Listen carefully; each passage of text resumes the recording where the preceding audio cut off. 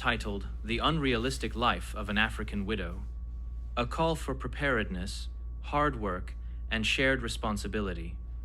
A woman empowered is a generation transformed.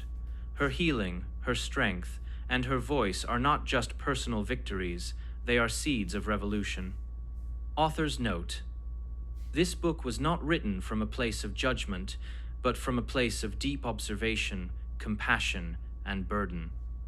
As I listened to the silent cries of widows, the buried frustrations of African women, and the generational struggles passed from mother to daughter, I knew something had to be said. The unrealistic life many widows are forced to live shaped by culture, religion, and silences not just tragic.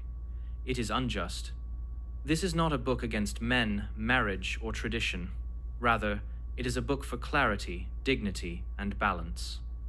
It is an appeal for a new kind of womanhood that honors submission but not oppression, that values virtue but not voicelessness, and that embraces faith while demanding fairness.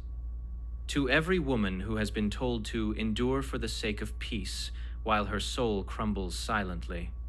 To every daughter taught to depend, obey, and disappear. To every widow reduced to shadows after burying her husband. This book is for you. May it give you language for your pain, perspective for your healing, and power for your future. With truth and tenderness. How this book was written and why. This book was not written in a moment of ease. It was written through years of observation, heartbreak, and holy discontent. It began with quiet conversations, whispered regrets, and the haunting silence of too many African widows who had been pushed to the margins of life. I listened, I watched, I wept. I saw women stripped of their dignity by culture, forgotten by families, and bound by systems that never prepared them to live let alone lead on their own. I saw young girls learning early that their value would be tied to a man, that their worth depended on marriage, and that their dreams were negotiable if survival was at stake. And I knew something had to be said. The unrealistic life of an African widow was written to confront the traditions, challenge the norms, and carve out a path of hope. It is part poetry, part education, part call to action. It speaks to the women who are already broken and to those who must never be broken. It calls on society, the church, the mosque, the traditionists, men, women, and daughters to rethink what it means to empower, protect, and prepare women for live not just love. I did not write this book because I had all the answers. I wrote it because silence is no longer an option. My prayer is that this book becomes more than pages in your hands. May it be a fire in your soul, a mirror to your thoughts, and a map to a future where no woman is left behind. Introduction. The wake-up call no one wants to hear. In the heart of many African homes, a deeply ingrained belief still lingers that the man is the sole provider, protector, and decision-maker, while the woman plays a passive, dependent role. This mindset, passed from generation to generation, has silently and slowly dismantled the lives of many young African women. It may sound comforting to depend on a man for all things: rent, food, school fees, and even personal dreams, but that comfort is often short-lived.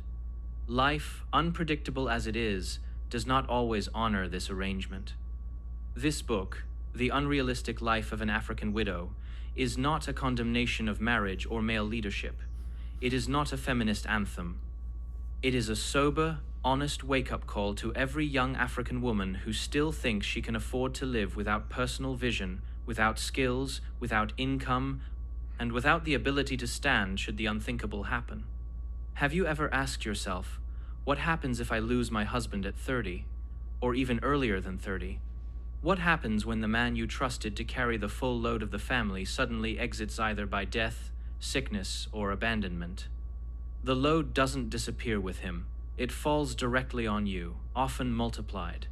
In that moment, no tradition, no culture, and certainly no relative may be strong enough to carry it for you. This is the very moment where many young widows begin their journey into deep suffering.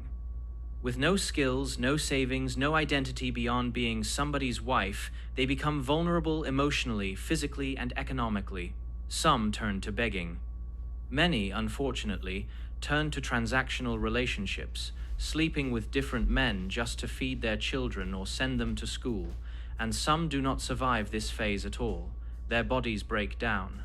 Depression sets in, and many go to their early graves just as their husbands did, overwhelmed, broken, and forgotten, yet some term it strong love. This book was born from grief and observation. I've seen the tears of widows who had everything, then lost everything overnight, but I've also seen strong women rise from the ashes because they were prepared. They understood that marriage is not slavery, and provision is not a man's job alone. They understood that partnership is power.